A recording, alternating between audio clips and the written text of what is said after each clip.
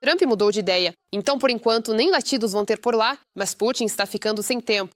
Foi anunciada a data do fim da guerra. Uma explosão poderosa na maior fábrica de armas do Avangard, agora se sabe o verdadeiro motivo. Militares ucranianos, em combate corpo a corpo com facas, eliminaram a elite das forças especiais russas do GRU. Isso você precisa ver, o último esforço. O exército russo lançou todas as reservas em Pokrovsk, uma cidade quase cercada. Um soldado russo, forçado a lutar mesmo ferido, fez mulheres reféns. Eles amarram pessoas em postes, como isca para drones. Revelações assustadoras sobre as crueldades no exército russo. A Ucrânia, junto com os Estados Unidos, criou um análogo do Shahid russo, e eles serão muitos. Olá, meu nome é Karina Klishun, e agora vamos às principais notícias. Mas antes, deixe seu like neste vídeo e se inscreva no nosso canal para que a gente não se perca mais daqui pelo YouTube. Recepção calorosa, elogios ao traje cessar-fogo sem tomahawks. Isso, resumindo, são os resultados do encontro entre os presidentes Zelensky e Trump. Mas vamos falar sobre tudo isso por partes.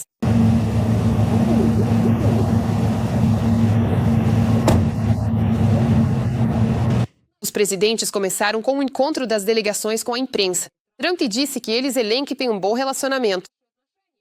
Para mim é uma grande honra estar hoje com um líder muito forte.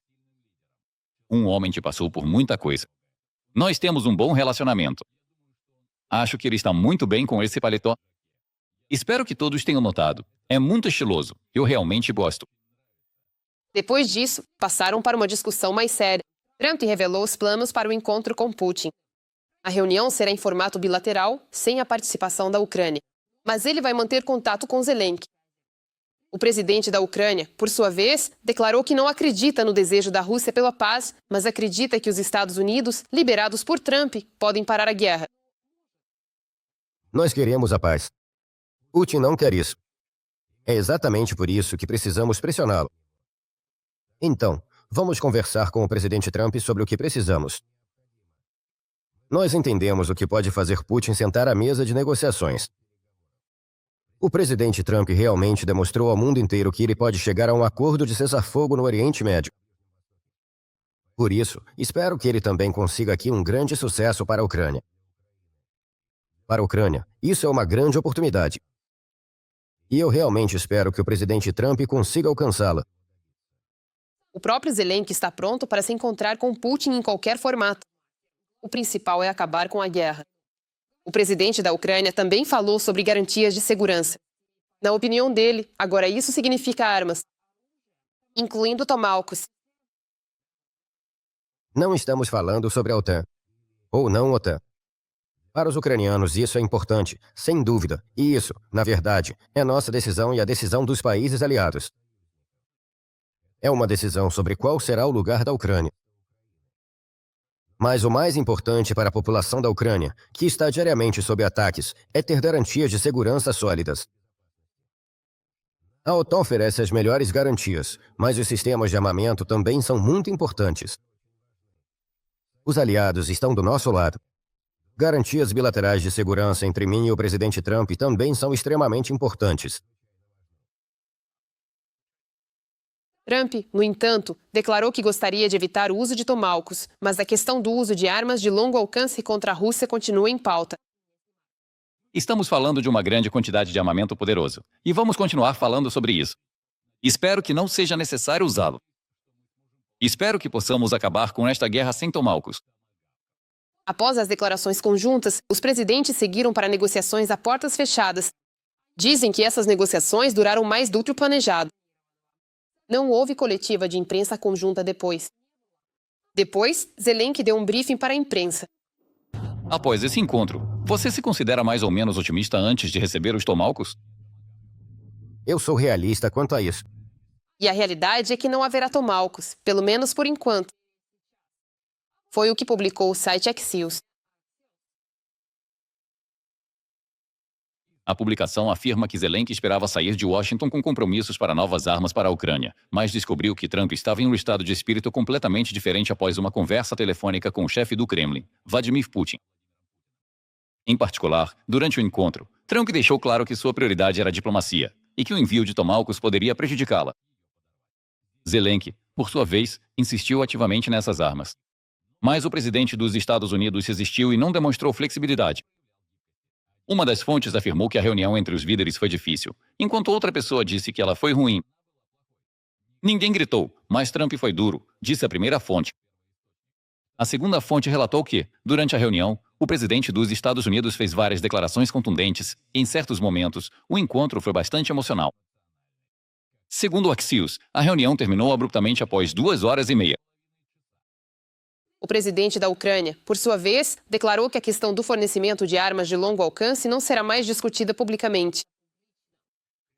Também falamos sobre sistemas de longo alcance. Eu não gostaria de fazer nenhuma declaração agora. Decidimos que não vamos falar sobre isso. E os Estados Unidos não gostariam de uma escalada. Por isso, possíveis perguntas sobre esse tema ficarão sem resposta. Quanto ao Trump, ele classificou o encontro com Zelensky como bom e declarou que tanto a Rússia quanto a Ucrânia devem parar onde estão agora e buscar a paz. Hoje, como vocês sabem, me encontrei com o presidente Zelensky. E tivemos uma reunião muito boa, um encontro muito caloroso. Na minha opinião, eles devem parar a guerra imediatamente. É preciso parar na linha de combate, onde quer que ela esteja agora, senão tudo vai ficar complicado demais. Nunca será possível resolver isso. Essa proposta é apoiada pelo presidente Zelensky, pois a principal tarefa agora é o cessar-fogo. Olha, pelo bem dos nossos países e nas circunstâncias em que estamos agora, considerando o que temos hoje, já que um país tão grande está contra nós, acho que devemos parar onde estamos agora. E aqui o presidente dos Estados Unidos está certo. Devemos parar onde estamos. É importante parar isso, e só depois começar a conversar. Mas mesmo assim, como escreve a CNN, as opiniões de Zelensky e Trump divergiram. Em uma conversa direta e honesta, Trump deixou claro para Zelensky que o líder ucraniano, por enquanto, não receberá mísseis de longo alcance, capazes de atingir os cantos mais distantes da Rússia, como ele sonhava. O funcionário disse que Trump ficou com a impressão de que a Ucrânia busca uma escalada e o prolongamento do conflito, e que ele está preocupado com as possíveis perdas durante o rigoroso inverno que se aproxima. E como você avalia o encontro na Casa Branca? No dia anterior, falamos sobre um idiota que falava russo e atacou uma família ucraniana com uma criança em um trem. Suíça. Você se sente realmente mal, profundamente perturbado. Que tipo de porteiro você é, afinal de contas, para permitir que isso aconteça? Mostre-me seu passaporte suíço. Multa! Droga! O que você está fazendo bem? Que tipo de suíço você é? Esse brutamontes, além de insultar, chegou a ameaçar até mesmo a criança pequena. Entendeu? Entendeu? Ou você? Estou te falando, vai acontecer uma coisa com você. O que? Não acredita? Por que você está aí parado? Sai! P asterisco, asterisco, asterisco. Sai com a sua família antes que seu filho leve um soco no fígado. E depois ele resolveu partir para a agressão física e derrubou o celular da mão da mulher que estava filmando o ataque à sua família. Nós matamos vocês e vamos continuar matando até o fim. Você, todos vocês. O quê? Não acredita mesmo? O quê? Então, vai embora logo. Quando o vídeo caiu na internet, o agressor foi identificado. Testemunhas nas redes sociais reconheceram o agressor, que provavelmente é Alexander Babiksa, de Riga, residente em Zurique. Usuários comentaram que esse homem já atacou ucranianas na Suíça várias vezes, inclusive na estação de Berna, em junho de 2025. A polícia do cantão de Berna confirmou o incidente e informou que Babiksa foi detido. As autoridades esclareceram que ele não possui cidadania suíça e sua parceira é uma ucraniana de Odessa, que tem status de refugiada. Pois bem, há novos detalhes sobre a biografia desse, como ele mesmo se chamou, homem russo. Além de ter sido detido pela polícia, Babiksa também foi demitido do trabalho por causa do ataque às pessoas. Ontem ele foi demitido do trabalho no aeroporto de Zurique. Colegas informaram a demissão.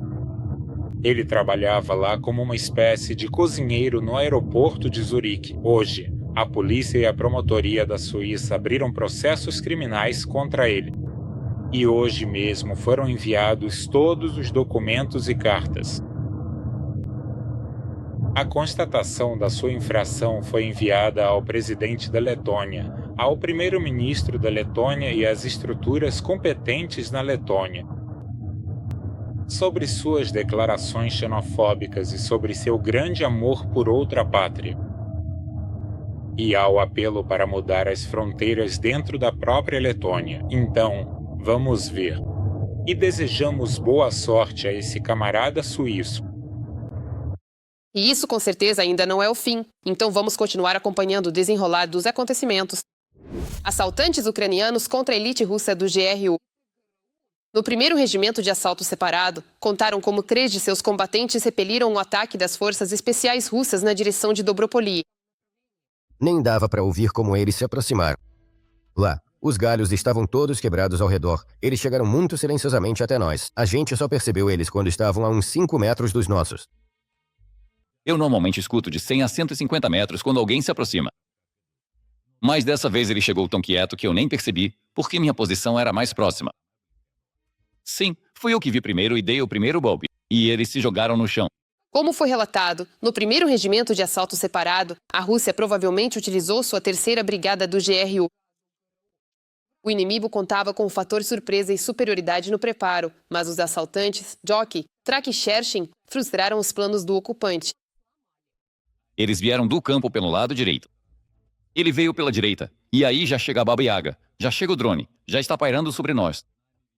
E aí já aparece o taxista. Pronto, galera, ele está ali, a 5 metros, outro vem por trás, e aí vira aquela confusão. Começam a atirar, a arma emperra. Jogo granada à direita e à esquerda, direita e esquerda. Bom, eu tinha 2 posições para a estrada. Bem, jogue no campo. Bem, porque ele diz 5 metros. 5 metros.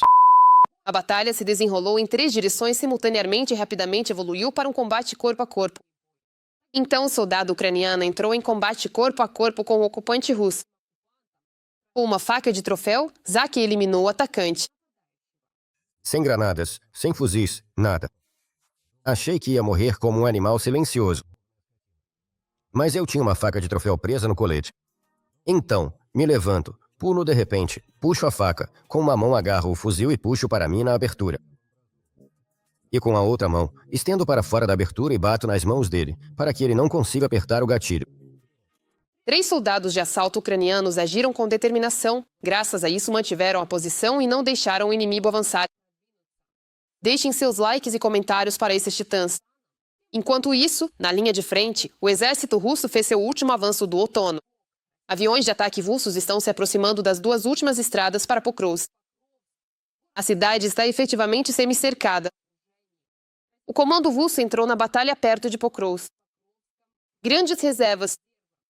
A ofensiva foi retomada no oeste e leste da cidade, bem como em suas áreas residenciais. Ao mesmo tempo, tropas russas chegaram aos arredores da cidade vizinha de Konstantinovka. As forças armadas da Ucrânia transferiram reservas para essa direção ainda em agosto e agora tentam a todo custo conter o avanço russo. Sem a captura de ambas as cidades, não é possível avançar em direção à aglomeração de Kramatorsk e Slavyansk. Sobre os principais acontecimentos que ocorreram na linha de frente e ao seu redor, confira em nosso resumo. A direção principal de inteligência da Ucrânia exibe suas novidades e anuncia abertamente sérios problemas para os ocupantes. Assim, a GUR recebeu à sua disposição vários dos mais novos barcos T-12, de fabricação ucraniana. As embarcações de 12 metros, equipadas com os mais modernos sistemas de navegação e rádio, 2 motores de 800 cavalos de potência, velocidade de até 95 km por hora e alcance de até 500 km, foram entregues aos militares por voluntários. Olá a todos.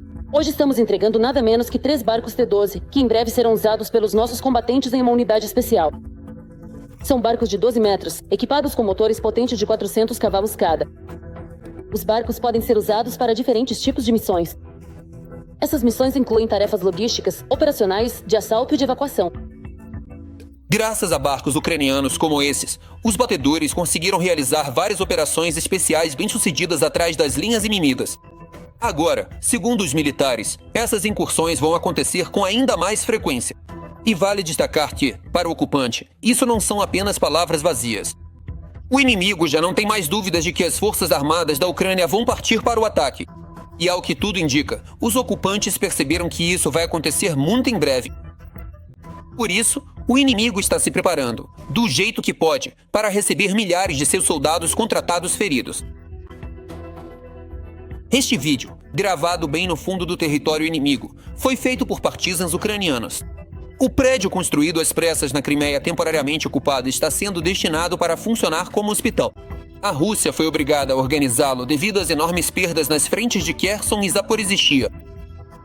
O fluxo de feridos de lá superou todas as expectativas.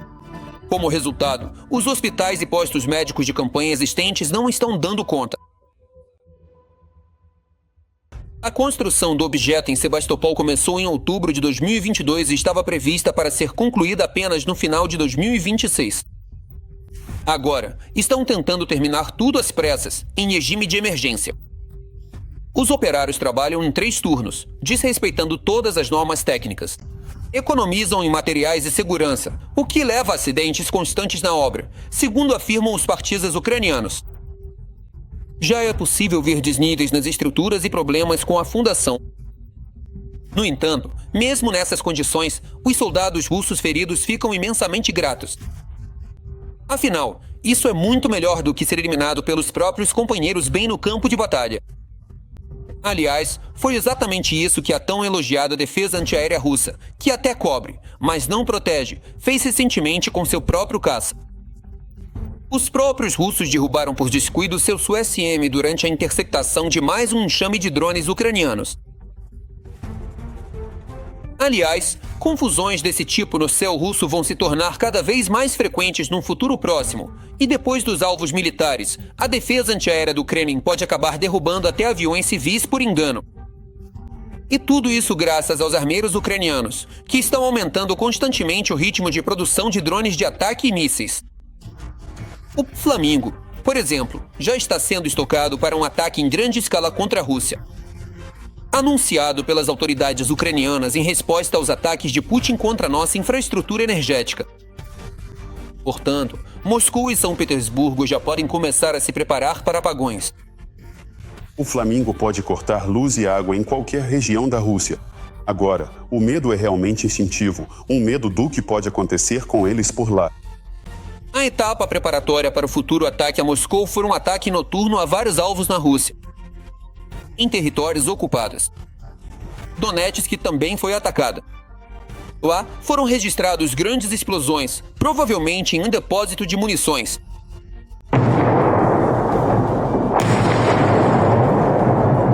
Além disso, drones atingiram o vilarejo de Gvardeyskoye, na Crimeia ocupada. Um depósito de combustível pegou fogo lá. E até mesmo na própria Rússia foi barulhento. Em Sochi, durante a noite, foi declarado alerta aéreo. Lá foram ouvidas explosões e o funcionamento da defesa antiaérea. O ataque foi confirmado pelo prefeito da cidade. No entanto, ele não especificou se os drones ucranianos atingiram seus alvos. O que dá motivo para supor que as forças armadas da Ucrânia provavelmente conseguiram o que queriam em Sochi.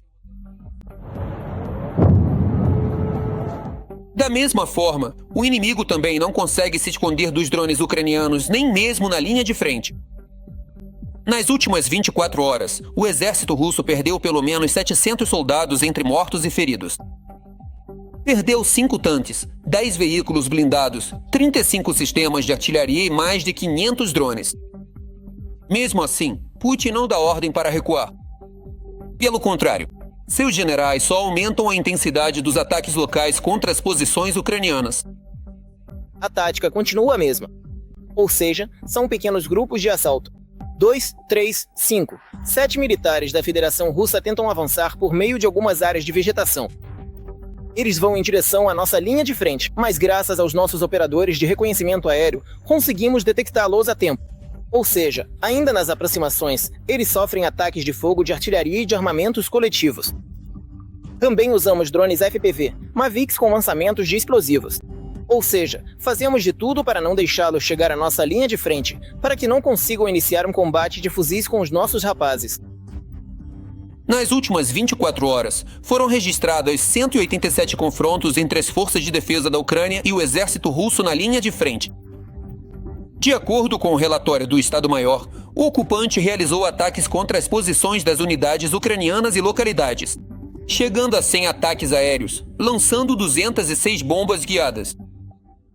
Além disso, foram realizados 4.553 bombardeios, dos quais 118 com sistemas de lançamento múltiplo de foguetes. E foi assim que nossos defensores responderam a isso. Nas últimas 24 horas, a aviação, as forças de mísseis e artilharia das forças de defesa atingiram 14 áreas de concentração de pessoal, armamentos e equipamentos militares. Um posto de comando de drones, 6 meios de artilharia e um alvo importante dos invasores russos foram atingidos pelo Estado-Maior-Geral das Forças Armadas da Ucrânia. E aqui, nossos guardas de fronteira já começaram uma caçada a veículos e ao pessoal dos ocupantes na direção de Kursk. Nossos defensores também estão aterrorizando o inimigo na região de Kherson. Os pilotos do batalhão de drones estão nivelando as posições inimigas com o solo usando lançamentos, destruindo drones FPV inimigos chamados Zduni. E queimam abrigos e posições dos pilotos russos perto do 2º Lima. O esconderijo de munições dos russos também foi atingido, assim como os pertences pessoais dos invasores, eles próprios e o posto de comando inimigo nessa direção do fronte. Não me canso de admirar a coragem e o heroísmo dos soldados ucranianos. Eles seguram a linha de frente e enfrentam uma horda enorme, que os supera em número. Por isso, peço que apoiem as Forças Armadas da Ucrânia. E se não for possível ajudar financeiramente, escreva palavras de apoio para eles nos comentários. Eu sei que eles estão nos assistindo. Na fábrica russa Avangadio em Bashortostan, que produz armas e munições, ocorreu uma forte explosão, seguida de um incêndio. Redução da base em 0,5. Estamos de plantão aqui. Não se sabe o que causou a explosão, mas com certeza não foram drones, como até mesmo dizem na Rússia. As causas do que destruiu todo um setor da fábrica estão sendo investigadas. Aqui, nenhum estilhaço teria voado.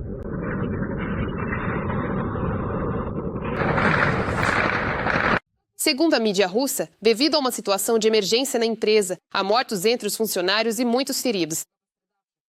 Pelos relatos de russos ligados ao Avangard, a fábrica estava colocando em operação o setor de ocalaxilina. E algo deu errado. E se o destino alcançou ao Avangard, então uma subestação na região de Ulyanovsk, na Rússia, foi visitada por drones. Estamos falando da subestação Vesheima, um dos elementos-chave do sistema energético da Federação Russa.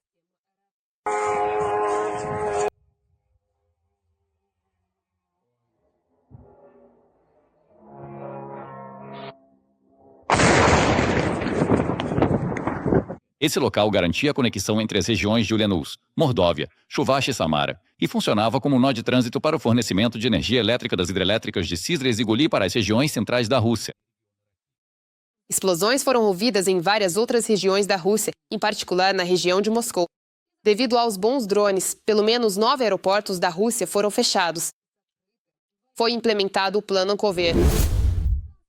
O primeiro-ministro britânico, Keir Starmer, sugeriu aos Estados Unidos que preparassem um projeto de acordo de paz para a Ucrânia, semelhante ao encerramento da guerra na faixa de Gaza.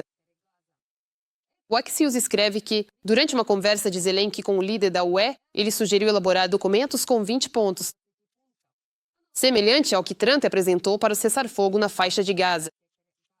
Ao mesmo tempo, o secretário-geral da OTAN, Mark Rutte, propôs realizar uma reunião de coordenação urgente sobre a defesa aérea dos países europeus já no próximo fim de semana. O avião do Pinia para Budapeste será escoltado não só por caças russos, mas também por caças turcos da Airlife. Segundo a publicação, o avião do bunker de Plecha provavelmente seguirá para a capital húngara passando pelo Cáspio, Irã, Turquia, Mar Mediterrâneo, Montenegro e Sérvia. Nesse trajeto, caças russos e turcos vão escoltar Plecha para eliminar ameaças de drones ou mísseis. A outra rota é pelo norte, passando por Paris. A passagem pela Polônia e Eslováquia é pouco provável devido ao perigo e às complicações políticas. Assim, Pínia terá que fazer um desvio de quase 5.000 quilômetros, o que vai prolongar o voo em cerca de 3 horas. Já ouvimos muito sobre as atrocidades do exército russo contra os próprios soldados, mas isso ainda não tinha acontecido. Como relata o canal inimigo do Telegram, Insider Zov, o soldado russo Konstantinol Sergei ficou ferido pela 60ª vez. Mas não só não o evacuaram, como também o forçaram, sob ameaça de execução, a atacar novamente. Então, para não morrer, ele fugiu da linha de frente. Para não morrer pelas mãos do destacamento de bloqueio na próxima cidade, o soldadinho fez mulheres de reféns. Gravou e publicou um vídeo, esperando a promotoria militar. Sair da linha de frente. Ferido, sair sozinho a pé. Por que meu comandante prometeu me amarrar a uma árvore à noite, para que eu mate os pássaros ou atire em mim, porque me recuso a realizar uma missão de combate enquanto estiver ferido? Minha empresa inteira pereceu. Eles morreram estupidamente sem sentido. Agora estou em uma loja com reféns. Tenho uma granada de combate F1 em minhas mãos sem pino. Eu só quero ser levado ao Ministério Público. Vou me entregar ao Ministério Público. E isso funcionou. O terrorismo explícito salvou o soldado da execução pelos comandantes. Ele foi detido. O que acham do segundo maior exército do mundo? Escrevam nos comentários o que vocês acham. E aqui vai mais uma história chocante sobre como o exército russo maltrata os próprios soldados. A mãe do militar russo Ilya Gorky contou sobre os abusos sofridos pelo filho. Anteriormente, Gorky serviu como membro da tripulação do Tokyo Al-Sontsep. No entanto, na primavera de 2025, ele foi transferido para o destacamento de assalto do 36º Regimento de Fuzileiros Motorizados. Em abril deste ano, o filho foi para sua 4ª missão na Operação Especial e acabou entrando para a Brigada de Assalto. Antes disso, ele foi em missões com o Sontsepio, era lança-chamas. E todas as missões aconteceram, digamos, sem nenhum problema, tudo correu normalmente. Na 4ª missão, ele entrou para a Brigada de Assalto. Da Unidade Militar 12274, do 36º Regimento, no destacamento de assalto na direção de Krasnolimansk, depois da estação de Kremenaia. O comandante, com suas ações intensadas, causou a morte de várias pessoas em um período de tempo muito curto. O comandante com o codinome Luxor deu a ordem de entrar em um povoado totalmente controlado pelos defensores ucranianos e tirar uma foto com a bandeira russa em frente a um prédio. Durante a execução dessa tarefa, um grande número de militares russos foi eliminado. Do grupo Gorky, restaram vivos apenas 4 pessoas. Ao retornar, o comandante Luxor ordenou que os soldados atacassem a posição novamente, mas eles se recusaram. Por isso, o comandante os algemou a uma árvore. Eles ficaram assim por 4 dias, sem comida, sem água e sem poder ir ao banheiro. Um dos militares conseguiu gravar um vídeo, no qual Ilya contou o que estava acontecendo e enviou a gravação para a mãe. Sou militar do 25º Exército Geral, 67ª Divisão, 36º Regimento de Assalto. Estamos há 3 dias amarrados a uma árvore, algemados, sem comida, sem água, sem nada, e não nos deixam ir ao banheiro, nem a lugar nenhum. É isso aí.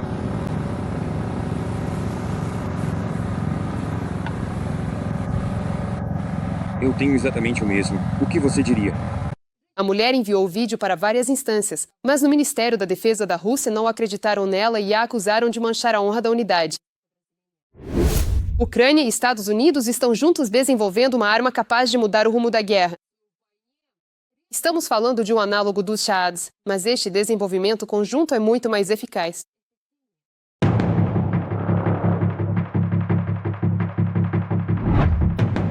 O Shahid ucraniano atingiu um novo patamar.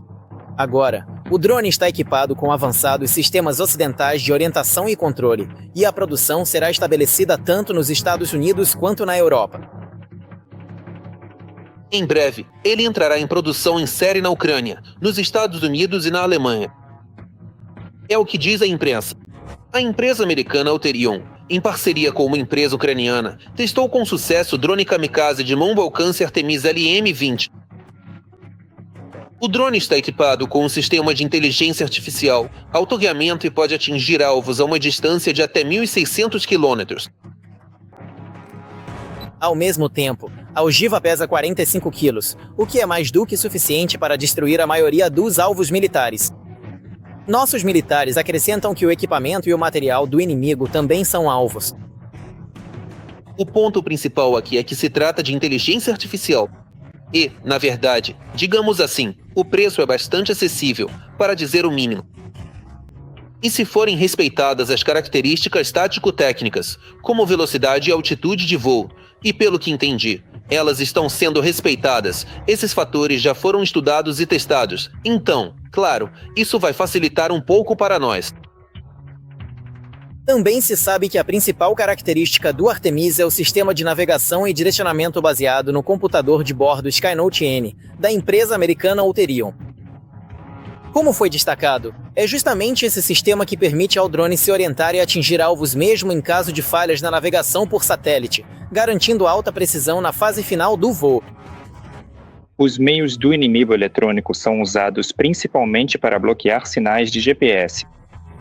Ou seja, em termos simples, é isso que ajuda a mirar com mais precisão. Se estamos falando de canais de controle, então sim, eles têm alguns sistemas que permitem limitar as capacidades nos canais de controle. Drones tripulados. Estamos falando de um sistema que abrange em grande parte a tecelagem automática devido, digamos, ao equipamento de bordo que está localizado nele. Por isso, aqui estamos dizendo que, graças a essas capacidades, esse sistema pode contornar a guerra eletrônica do inimigo e atingir o alvo com um desvio mínimo, graças à mira visual instalada diretamente nesse van. Ao mesmo tempo, os desenvolvedores da empresa já declararam que o drone passou por testes em campo de batalha. Isso já foi avaliado tanto pelo lado ucraniano quanto por seus parceiros de produção. Esse drone foi criado em conjunto com uma empresa ucraniana não identificada por questões de segurança. E ele já passou por testes completos que, segundo a declaração da empresa, incluíram lançamento a partir do solo, navegação com e sem GPS, trânsito de longa distância e ativação em solo.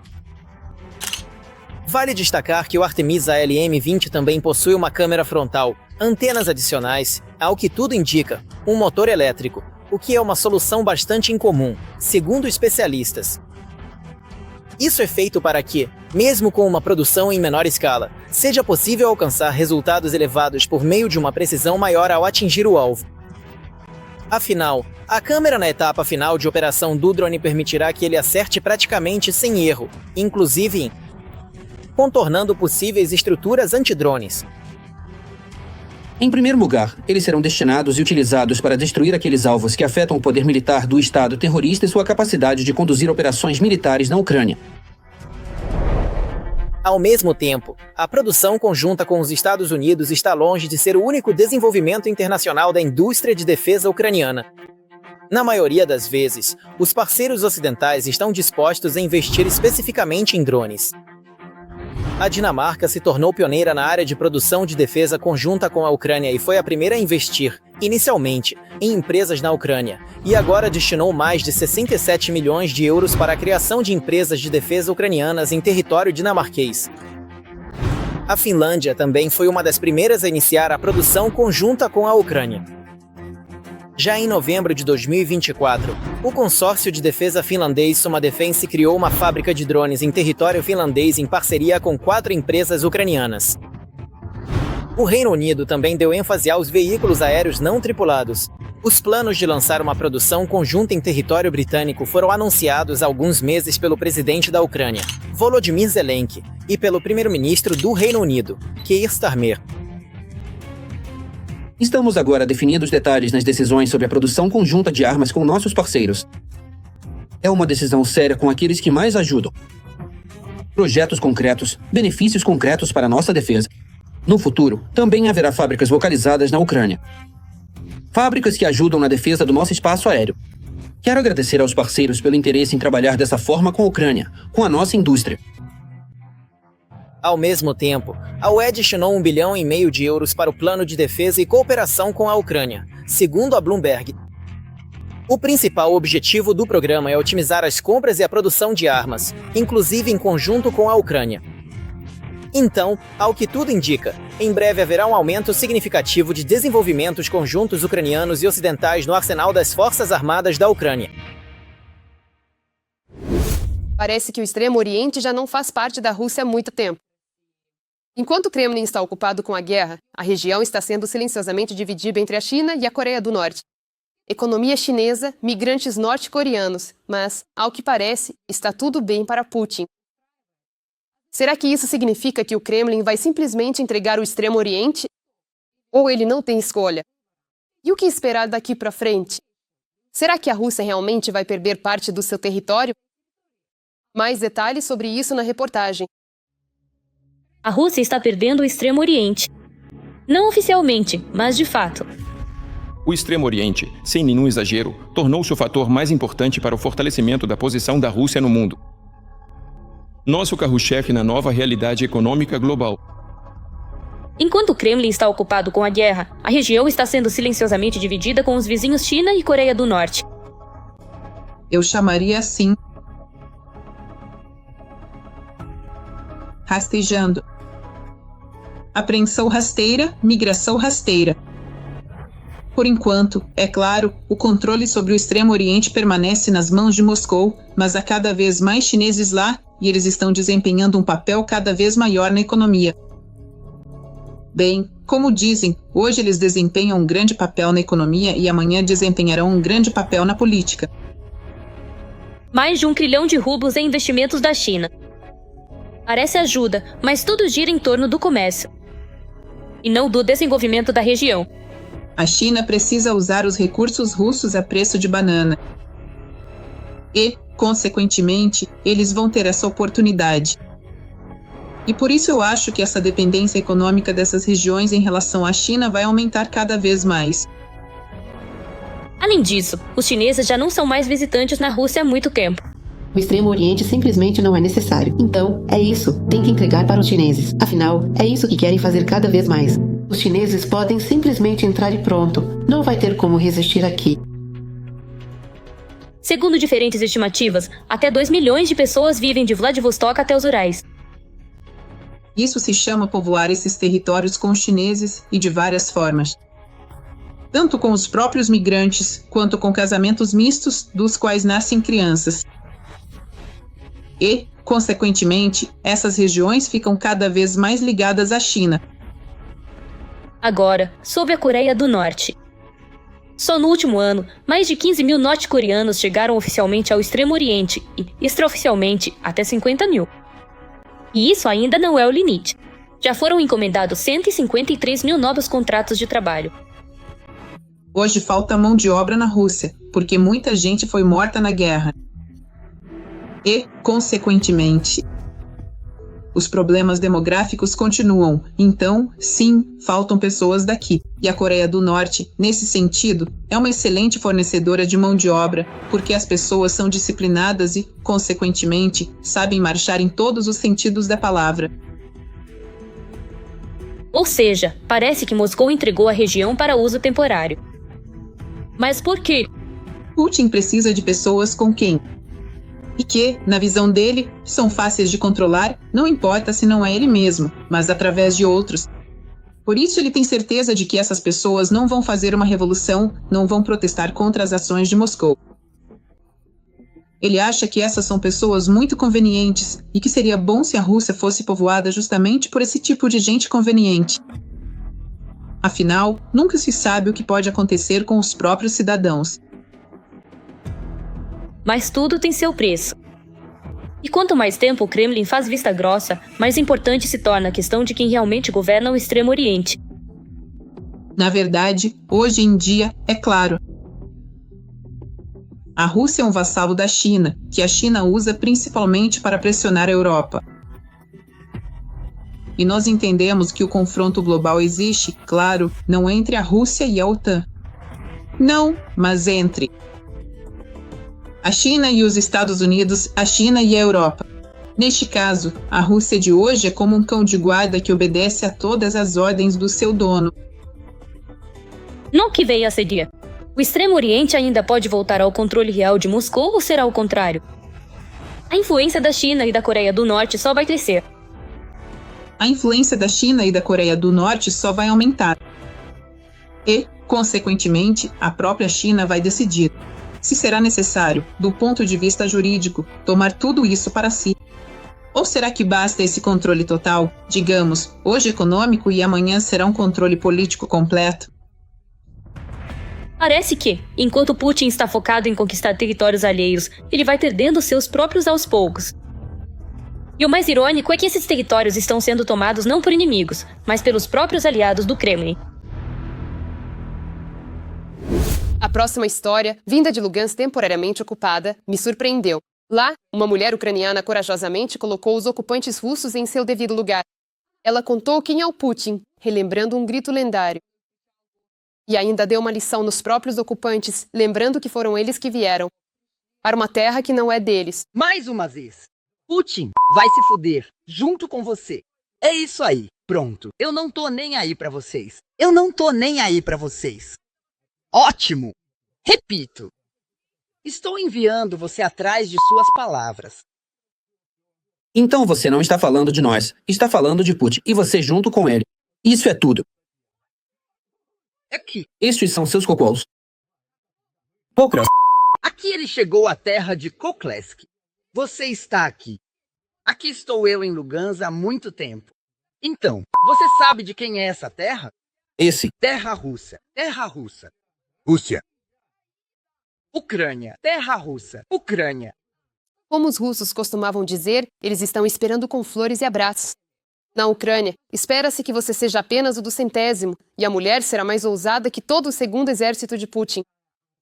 Bravo! O que você achou das nossas notícias? Escreva o que devemos mudar para nos tornarmos melhores. Com certeza vamos levar isso em consideração. E enquanto isso, deixe um like neste vídeo para apoiar o que estamos fazendo. E não se esqueça de se inscrever no nosso canal Ucrânia Hoje para não perder os próximos episódios. Até a próxima!